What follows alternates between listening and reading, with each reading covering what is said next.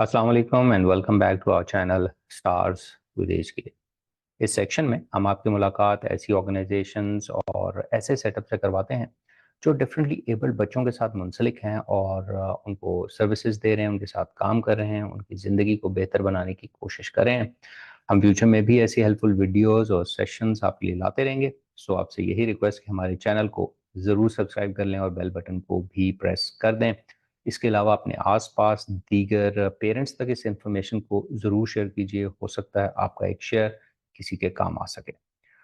चलते हैं आज के सेशन की तरफ। आज के सेशन में हमें कराची से ज्वाइन किया है मिस नाजिया बानो ने, जो कि ऑनर एंड फाउंडर हैं ऑटी स्पार्क की।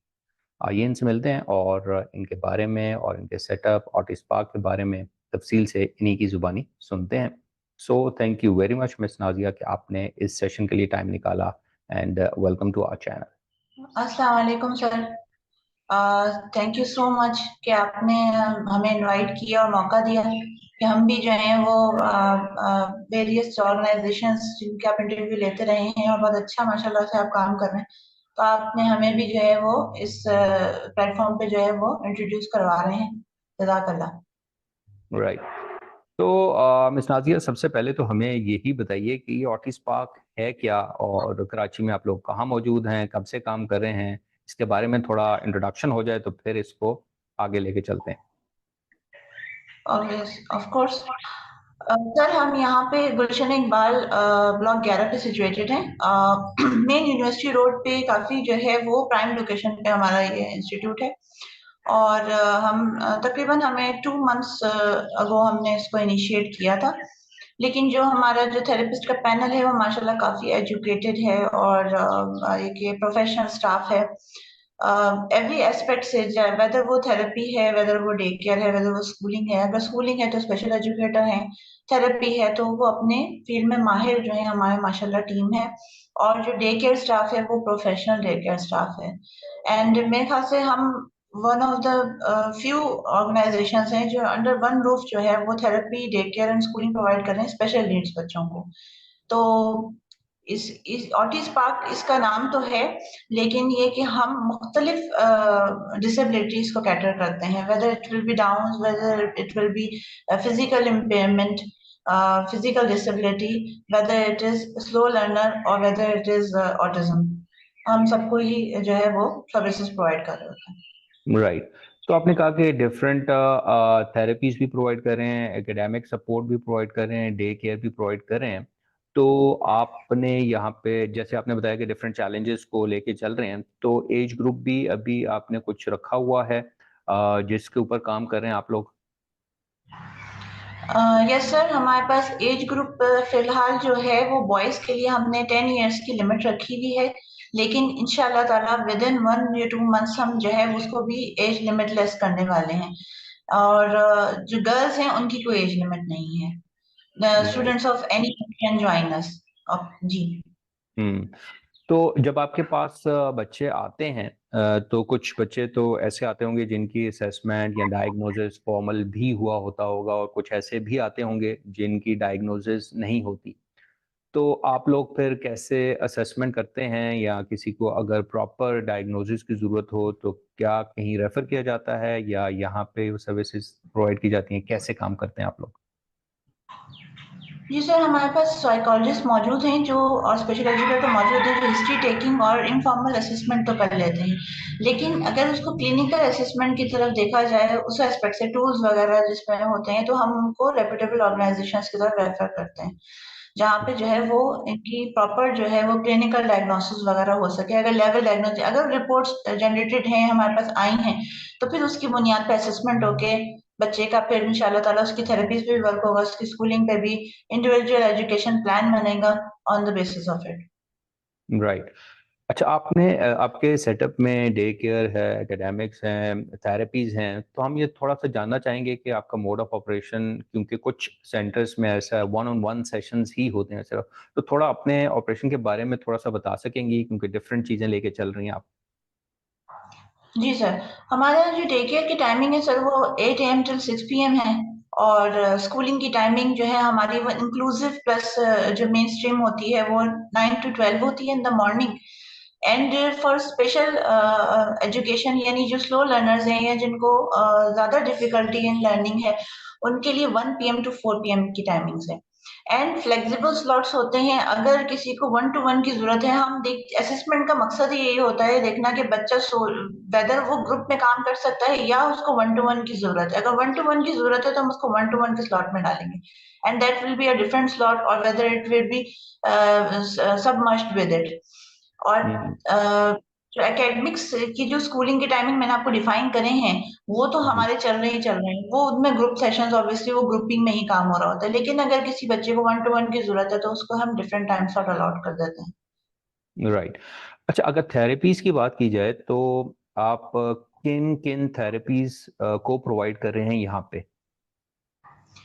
सर हमारे पास बिहेवियर थेरेपी है, स्पीच थेरेपी है, ऑक्यूपेशनल थेरेपी है, फिजियोथेरेपी इंशाल्लाह ताला हम अनकरीब ऑपरेशनल करने वाले हैं। राइट। अच्छा, फिजियोथेरेपी इंक्लूड करना चाह रहे हैं, इसके अलावा ओटी भी है, लेकिन ओटी के बारे में हम ये जानना चाहेंगे कि ओटी में एक ऐसी फील्ड है जिसमें इक्विपमेंट या स्पेसिफिक सेंसरी रूम की भी ज़रूरत पड़ती है, तो उसके बारे में ये जो ऑटी स्पार्क है ये वेल इक्विप्ड है?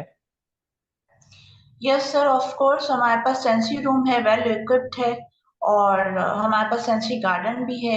एक जो हमारा एक बच्चों के लिए एक जो वो है कि उनको exploration of gardening therapy, horticulture therapy जिसको बोलते हैं, वो उनके लिए बहुत बेस्ट होती है, तो वो भी हमारे पास मौजूद है। Sensory proper sensory OT room है एंड प्रॉपर सेंसरी गार्डन है, ताकि सेंसरी इश्यूज जिन बच्चों को होते हैं उनके लिए प्रॉपर जो है ना एनवायरमेंट प्रोवाइड हो। राइट।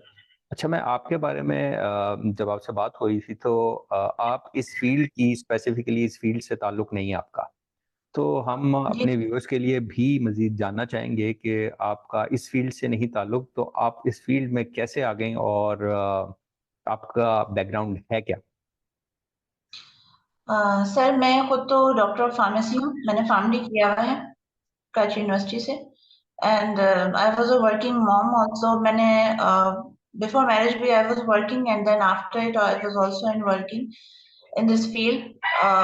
मेरा इस फील्ड से दूर दूर तक कोई ताल्लुक नहीं था, लेकिन जब मेरे बेटे को स्पीच डिले और ऑटिज्म डायग्नोज हुआ तो मैं उसके लिए फिर डिफरेंट ऑर्गेनाइजेशंस में मैंने उसका एडमिशन भी करवाया, उसकी थेरेपी भी करवाई, and as a working mom and as his mom मैंने बहुत चैलेंजेस फेस किए, क्योंकि इन बच्चों के लिए मुझे एज अ मदर कोई भी अच्छा ऑर्गेनाइजेशन नहीं मिली जिसके अंदर therapy, day care and schooling under one roof हो। अगर प्रोवाइड कर भी रहे होते हैं तो वो वो तवज्जो, वो अटेंशन नहीं होती थी। डे केयर तो मुझे नहीं मिला स्पेशल नीड्स, अगर मैं आपको सही बताऊं तो इन बच्चों के लिए, जैसे इन बच्चों को भी उन नॉर्मल बच्चों के साथ मर्ज करके चलाना या उनको सोशल एक्टिविटी करवाना, तो वो नहीं मिला मेरे बच्चे को, मेरे बेटे को। तो मैंने फिर उसी वजह से मैंने जो है ना, मैंने ये अपना ऑब्जेक्टिव बना लिया, एम एंड ऑब्जेक्टिव, कि मैं ऐसी ऑर्गेनाइजेशन बनाऊंगी जहां पे लोगों को मोस्ट इकोनॉमिकल पैकेज दिया जाएगा, जिसमें वर्किंग मॉम्स, क्योंकि हम जो स्पेशल नीड्स मदर होती हैं उनको भी तो वर्किंग करने का हक है, उनको भी तो जॉब पे जाने का हक है जैसे और मदर्स को है। नॉर्मल बच्चों को तो लोग सभी डे केयर कैटर कर लेते हैं, लेकिन और माइल्ड को भी एक हद तक कर लेते हैं, लेकिन उनको वो फैसिलिटीज नहीं दी जा रही होती जो नॉर्मल बच्चों को मिली हुई होती। लेकिन इस डे केयर की खासियत ये है कि यहाँ पे हम किसी भी हाइपर बच्चे को, किसी भी लेवल सिवियरिटी लेवल के बच्चे को हम मना नहीं करते, क्योंकि हमने बनाया ही इस मकसद से है ताकि उन मदर्स को भी फैसिलिटेट करें जो कहती हैं कि हम अब बच्चे को कहीं भी नहीं छोड़ सकते, दैट्स व्हाई हम जॉब पे नहीं जा सकते। तो हुँ। ये उनके लिए एक बहुत बड़ी फैसिलिटी है कि वो जॉब पे जाएं, सुकून से जाएं, उनको पता हो कि उनका बच्चा पीछे से जो है ना, वो उसकी जो आवर्स यहाँ स्पेंड हो रहे हैं वो ऐसे नहीं हो रहे कि सिर्फ केयर नहीं हो रही, उसकी थेरेपी भी हो रही है, उसकी स्कूलिंग भी हो रही है, और उसको बेस्ट वो दिए जा रहे हैं, फैसिलिटीज दी जा रही हुँ। अच्छा, अगर डिफरेंट सेंटर्स जो हैं अपनी कुछ ख़ुसूसियत बता रहे होते हैं, आपने एक ख़ुसूसियत तो हमें यही बता दी कि डे केयर की सर्विसेज भी अवेलेबल हैं, तो इसके अलावा भी कोई ख़ुसूसियत हम कह सकते हैं या अगर आप बताना चाहें ऑटी स्पार्क की, तो वो प्लीज़? सर हमारी ख़ुसूसियत ये है कि हमारे पास जो अनकरीब इंशाल्लाह ताला और है भी हमारा वोकेशनल ट्रेनिंग प्रोग्राम जो है वो हमारा शुरू हो चुका है। कुछ कोर्सेज़ हम अभी भी हमारे लैगिंग में है कि हम आगे शुरू करेंगे। कुछ 4 से 5 कोर्स हमने अभी से शुरू कर दिए। उनमें स्किल ट्रेनिंग है। इतने छोटे बच्चों की स्किल ट्रेनिंग मेरे ख़्याल से अभी तक किसी ने भी स्पेशल नीड्स बच्चों की, नॉर्मल बच्चों की तो लोग करवाते हैं, रोबोटिक्स वगैरह-वगैरह कराते हैं। लेकिन हमारे पास स्पेशल नीड्स बच्चों के लिए स्पेशल प्रोविज़न ये है कि उनके लिए टीचर्स मौजूद हैं, जो उनको मुख्तलिफ चीज़ें सिखाएँगी। अब इस एज से बच्चा जो है वो वोकेशनल ट्रेनिंग में बहुत सारी चीज़ें सीख सकता है, जो उसकी level up to his level वो सीखेगा और वो अपने टाइम को अच्छी तरह स्पेंड करेगा। यानी वो सिर्फ़ उसकी केयर नहीं हो रही होगी, वो कुछ यहाँ से सीख के ही जाएगा बच्चा एकेडमिक्स के साथ-साथ। प्लस हमारे पास माशाल्लाह हाफ़िज़ कुरान फीमेल टीचर्स हैं, जो बच्चों को हिफ़्ज़ भी करा रही होती हैं, यानी स्पेशल एजुकेशन वाले जो स्पेशल नीड्स बच्चे हैं। मेरा बेटा खुद माशाल्लाह से जो है वो कुरान शरीफ उसको शुरू कराया गया, हालाँकि उसकी स्पीच डिले है, along hmm. With his sister who is normal माशाल्लाह। तो अच्छा, अच्छा। और जो टीचर्स हैं माशाल्लाह, उनमें जो हमारी जो थेरेपिस्ट हैं, वो भी हाफ़िज़ कुरान है माशाल्लाह, तो उन्होंने एक ब्लाइंड बच्ची को हिफ़्ज़ करवाया है माशाल्लाह से। अच्छा, अच्छा, माशाल्लाह, माशाल्लाह। अच्छा आपकी टीम की बात निकली है तो हम पूछना चाहेंगे कि आपकी टीम में यहाँ पे ऑटिस पार्क में कौन-कौन से प्रोफ़ेशनल्स अवेलेबल हैं बच्चों के लिए? उसके बारे में अगर थोड़ा-सा बता सकें। जी, हमारे पास जो हैं वो बिहेवियर थेरेपिस्ट हैं और स्पीच थेरेपिस्ट भी हैं, क्लिनिकल सॉरी साइकोलॉजिस्ट हैं मिस सुरूज अब्बास और स्पेशल एजुकेटर हैं miss Sadia, main stream teacher भी हैं और हमारा डे केयर स्टाफ भी मौजूद है। और हमारे पास जो है वो ऑक्यूपेशन के अंदर मिस सीरत अली हैं, जो मुख्तलिफ ऑर्गेनाइजेशंस में काम करते हैं। किसी का 14 इयर्स का एक्सपीरियंस है, किसी का माशाल्लाह 10 इयर्स का एक्सपीरियंस है। इदारा तो हमारा देखा जाए तो अगर कोई बोलेगा तो बोलेंगे 2 मंथ्स ही हुए हैं इन लोगों को ऑपरेशन हुए हुए। लेकिन जो थेरेपिस्ट हैं वो काफ़ी माशाल्लाह से पीछे से उनका बैकग्राउंड माशाल्लाह काफ़ी वो है, मज़बूत है। वो हुँ। काफ़ी लेके आए हुए हैं और हम अपडेट करते भी रहते हैं, ट्रेनिंग्स वगैरह दिलवाते रहते हैं अपने टीचर्स को, ताकि वो ऑब्वियसली आपको कोई भी आप इदारा चला रहे हैं तो आपको अपग्रेडेशन की ज़रूरत पड़ती ही रहती है। ऐसा ही है, बिल्कुल। तो ये जो मुर्गे की जिसकी आवाज़ आती है, ये भी आप लोगों ने हायर किया है या ये किसी की ख़्वाहिश पे रखा हुआ है? जी सर? मैंने कहा ये जो मुर्गे की जिसकी आवाज़ आती है हमें, ये भी क्या हायर किया गया है या ये किसी के शौक में रखा गया है? नहीं, ऐसा ये हमारे विसिनिटी के अंदर नहीं है, ये हमारी बराबर की विसिनिटी में से आवाज़ आ रही है आपको। सही, सही। ये कि हमारा माशाल्लाह बहुत अच्छा प्राइम लोकेशन पे है, यानी एक्सेसिबल है, ईज़ी एक्सेसिबल है। यहाँ पे हुँ। कोई रिहैब सेंटर गुलशन की तरफ गुलशन इकबाल जो कराची में है, यहाँ पे रिहैब सेंटर इतनी फैसिलिटीज़ के साथ मौजूद नहीं है। और हमारी जो पैकेज है वो भी माशाल्लाह बहुत ज़्यादा हमने नॉमिनल रखा है, क्योंकि मैं एज़ अ मदर खुद फेस कर चुकी हूँ कि चार्जेस कितने ज़्यादा हाई हैं, पेरेंट्स आजकल अफोर्ड नहीं कर सकते। करंटली तो हमने एडमिशन फीस भी अपनी वेव ऑफ की हुई है एंड हुँ। जून-जुलाई मेरे ख़्याल से कोई 50% ऑफ नहीं दे रहा, हमने वो भी 50% किया हुआ है। तो जब आप इकोनॉमिकल कहती हैं तो इसका क्या मतलब है कि कुछ आप आइडिया दे सकती हैं पेरेंट्स को कि वो जब यहाँ पे आएँगे तो वो किस तरह चार्ज किया जाएगा उनको? कुछ कुछ आइडिया के लिए बता सकती हैं उनको? जी सर, बिल्कुल। हमारे पास जो पर सेशन जो चार्जेस हैं पैकेज में जो हैं, वो 1200 पर सेशन है। हुँ। या हालाँकि मेजॉरिटी जो पब्लिक है, जो जो स्पेशल नीड्स पेरेंट्स हैं, उनको पता है कि आजकल चार्जेस 2500 टू 3000 थ्री 3500 तक चल रहे हैं पर सेशन। लेकिन हुँ। हमने रखे हुए हैं इस तरह के चार्जेस के अफोर्डेबिलिटी में रखे हुए हैं। प्लस हमारे स्कूलिंग के चार्जेस भी काफ़ी अफोर्डेबल हैं। जब वो मर्ज हो जाते हैं तो काफ़ी लोगों को फ़ीज़िबल पड़ता है वो पैकेज, बजाए कि वो बहुत ज़्यादा इतनी उस पे जाए कि लोग अफोर्ड ही नहीं कर पाएँ, अपने बच्चों को एडमिशन ना करवा पाएँ। क्योंकि मैंने एज़ अ मदर खुद फेस किया इस चीज़ को। तो मुझे इस बात हुँ। का एहसास था कि सब नहीं अफोर्ड कर सकते, चाहें भी तो नहीं कर सकते। लेकिन हमने राइट। काफ़ी अपना-अपना पैकेज इकोनॉमिकल रखा हुआ है। फैसिलिटीज़ हमारी अप टू द मार्क हैं। लेकिन ये कि हमारे पास पैकेज आपको इंशाअल्लाह ताला सबसे अच्छा मिलेगा। राइट। अच्छा, ये बताइए कि जब आप की टीम में आपने बताया कि साइकोलॉजिस्ट हैं, बिहेवियर थेरेपिस्ट हैं, स्पीच थेरेपिस्ट हैं, तो जब आपकी टीम में आप लोग या टीम आपने जब इकट्ठी की है, तो आपने क्या चीज़ें देखते हैं कि क्वालिफिकेशन और एक्सपीरियंस तो एक चीज़ है ही है, तो इसके अलावा भी आप समझती हैं कि कुछ खास खसूसियत होनी चाहिए उन स्टाफ में या प्रोफेशनल्स में, तो क्या देखती हैं आप? सर मैं जो चीज़ देखती हूँ क्योंकि मैं पेरेंट भी रह चुकी हूँ ना, मैं पेरेंट भी हूँ और मैं प्लस ओनर भी हूँ। तो मेरी 2 तरह की असेसमेंट होती है। जब भी मैं हायरिंग पे जाती हूँ या मैंने अपनी टीम बनाई है, तो मैं उनके अंदर एम्पैथी देखती हूँ कि इनके अंदर इन बच्चों के लिए जज़्बा कैसा है। एक तो उनको कॉम्पिटेंट होना चाहिए, एक तो उनको एक्टिव होना चाहिए क्योंकि ये बच्चे चाहते हैं कि इनके साथ जो ये बच्चे तो खुद वो है ना, इनको तो एक तरह से एक लर्निंग डिफिकल्टी है, जिस तरह की भी डिफिकल्टी है, इनको एक ऐसा चाहिए जो फन लविंग को फन तरीके से बच्चों को जो है वो एक्टिवली एंड काइंडनेस के साथ जो है बच्चों को साथ डील करे, यानी बहुत ही पोलाइटनेस के साथ, क्योंकि ये बच्चों को नहीं पता होता कि ये क्या कर रहे हैं। लेकिन आपको इनके साथ जो है जो भी ये करें, लेकिन आपको इनके साथ जो है बहुत ही सिंपैथी वाले रवैये के साथ और बहुत ही एक्टिवली इनके साथ आपको काम करना है। तो ये 2 चीज़ें मेरी जो है ना वो कंसिडरेशन में होती हैं जब भी कोई स्टाफ हायर होता है। तो मैं क्वालिफिकेशन एक्सपीरियंस तो बिल्कुल ऑब्वियसली है, लेकिन इनकी कॉम्पिटेंसी, एक्टिवनेस एंड इनका जो सुलूक है बच्चों के साथ, वो मेरी ऑब्जर्वेशन में बिल्कुल रहता है। हुँ। तो ये जो स्टाफ हायर हो गया, तो हमने ये देखते हैं कि इस फील्ड में भी बाकी मेडिकल फील्ड की तरह जो रेगुलर ट्रेनिंग्स हैं या एजुकेशनल अपग्रेडेशन है, नई रिसर्चेज़ आ जाती हैं, नई प्रैक्टिसेज़ आ जाती हैं, तो आपका उस तरफ भी फ़ोकस करने का इरादा है कि स्टाफ जो भी हायर किया जाए, उससे आगे फिर उनकी ट्रेनिंग्स वगैरह पे भी तवज्जो दी जाए? इसके बारे में क्या कहती हैं आप? जी सर, हमारी कुछ-कुछ टाइम के बाद हमारी जो है वो अपग्रेडेशन और ट्रेनिंग वगैरह जो है वो थेरेपिस्ट की और टीचर्स की हम लोग करवाते रहते हैं टाइम टू टाइम। और अनरिलेटेड टू दिस क्वेश्चन है, लेकिन मैं चाह रही हूँ कि मैं ये भी बताऊँ कि हुँ, हुँ, हुँ। पेरेंट्स जो और ऑर्गेनाइजेशंस में जैसे पेरेंट्स को ब्लाइंड रखा जाता है, हमारे पास इस तरह से नहीं है।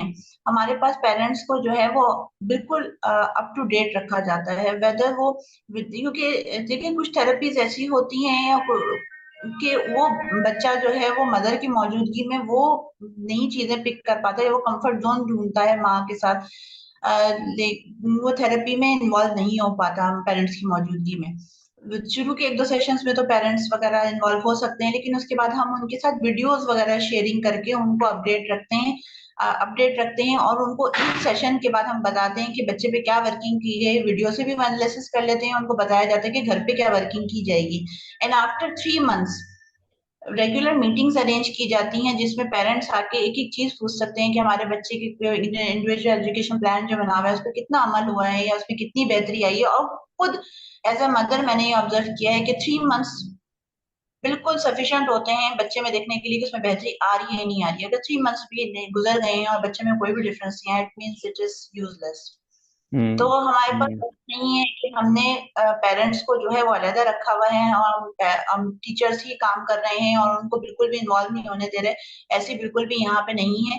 बाकायदा पैरेंट टीचर मीटिंग करवाई जाती है जो आफ्टर 3 मंथ्स कंडक्ट कराई जाती है। इन द मीनव्हाइल अगर पेरेंट्स को बीच में नीड होती है कि हमें बात करनी है या हमें ऐसी चीज़ लग रही है, तो फ़ौरन के फ़ौरन उस पे तवज्जो दी जाती है और थेरेपिस्ट या टीचर जिससे भी इनको रुजू करना है, वो फ़ौरन मीटिंग अरेंज की जाती है कि आप मिल लें और अपना जो भी क्वेरी है वो रिज़ॉल्व कर लें।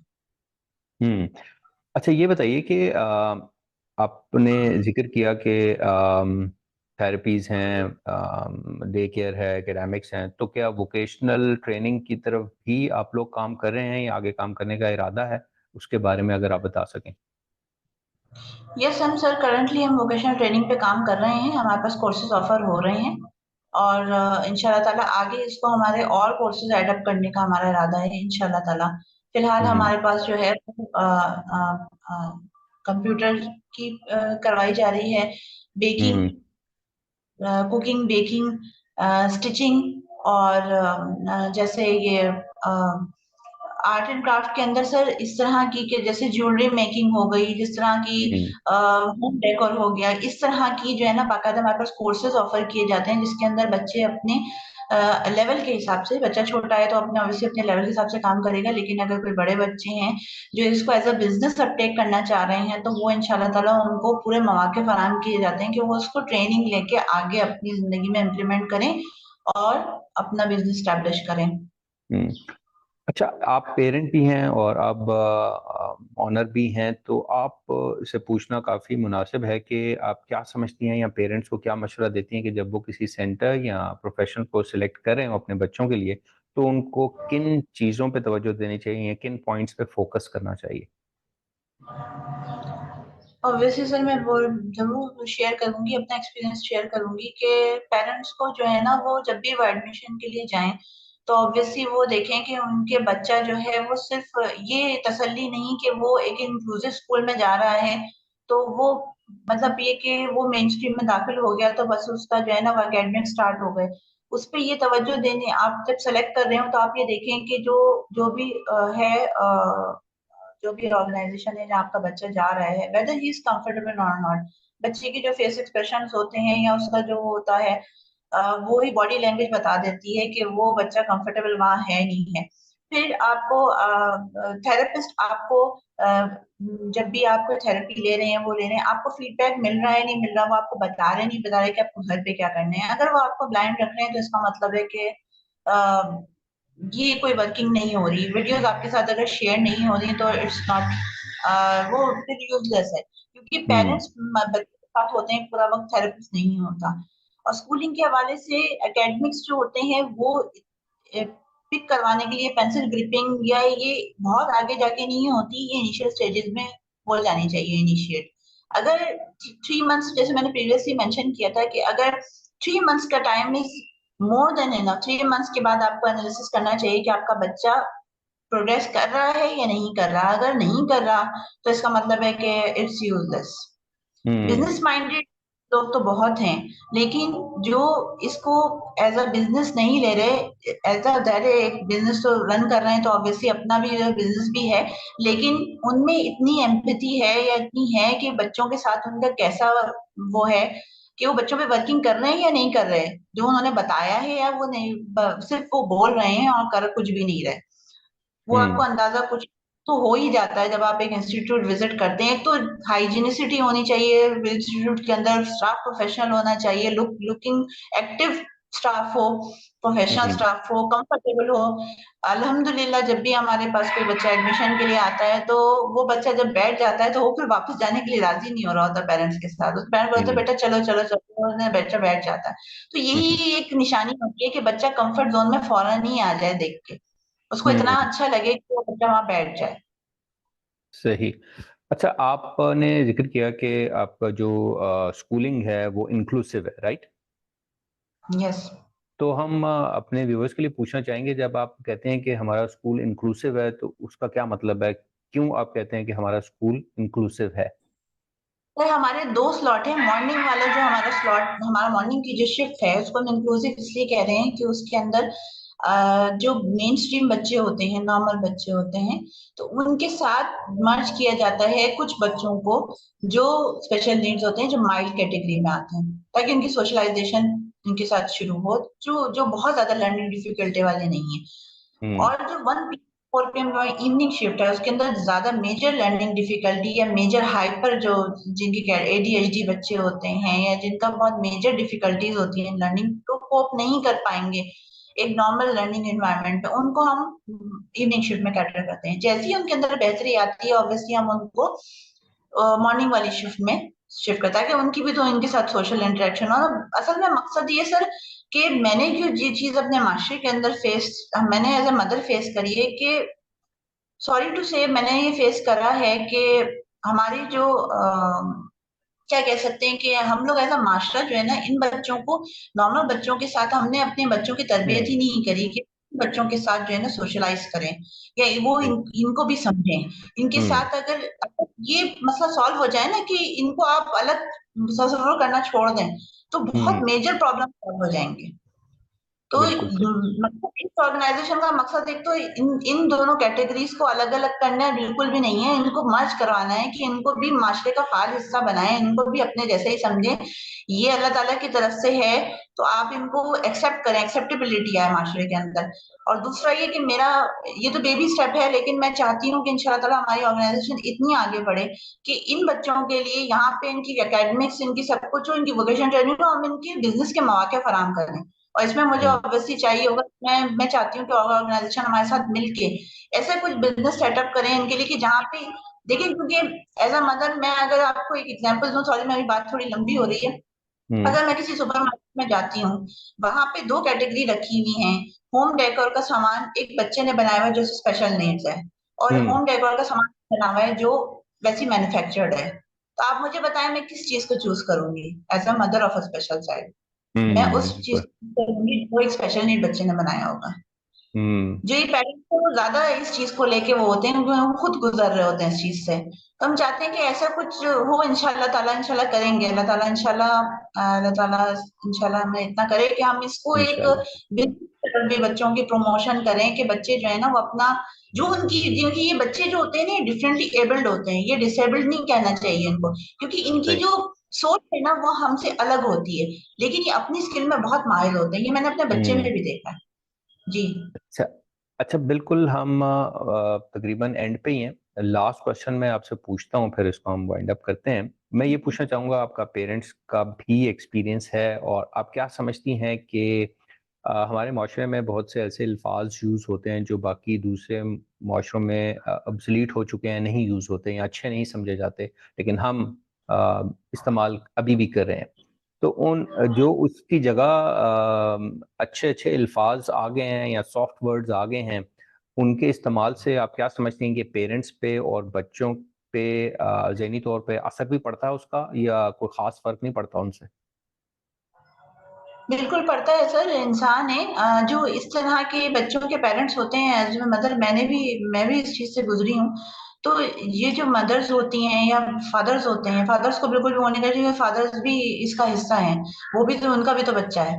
तो जब वो कोई भी इस तरह के अल्फाज इस्तेमाल करता है बच्चों के लिए, तो ऑब्वियसली उनकी उनको जो तकलीफ पहुंचती है वो अल्लाह ताला बेहतर जानता है, अल्लाह ताला जानता है, वो जानते हैं कि वो किस चीज से गुजर रहे हैं। लेकिन लोग इस मामले में इस अल्फाजों की सिलेक्शन में भी बहुत ज्यादा वो करते हैं कि वो नहीं समझते कि आगे वाला बच्चा, जो आगे वाले पेरेंट्स कैसे फील करेंगे। बच्चे को तो समझ में ही नहीं आ रहा, वो तो समझदार ही नहीं है, उसको क्या समझ में आएगा। लेकिन पेरेंट्स फील करते हैं इस चीज को, क्योंकि मैंने अपनी ऑब्जर्वेशन के अंदर ये 2-3 दफा नोट करा है कि मैं, क्योंकि मेरा बच्चा माइल्ड माइल्ड सा उसके साथ मसला है ना, तो वो यूजुअली उसके साथ लोगों को पता नहीं चलता कि इसके साथ कोई खास मसला है भी उसका माइल्ड।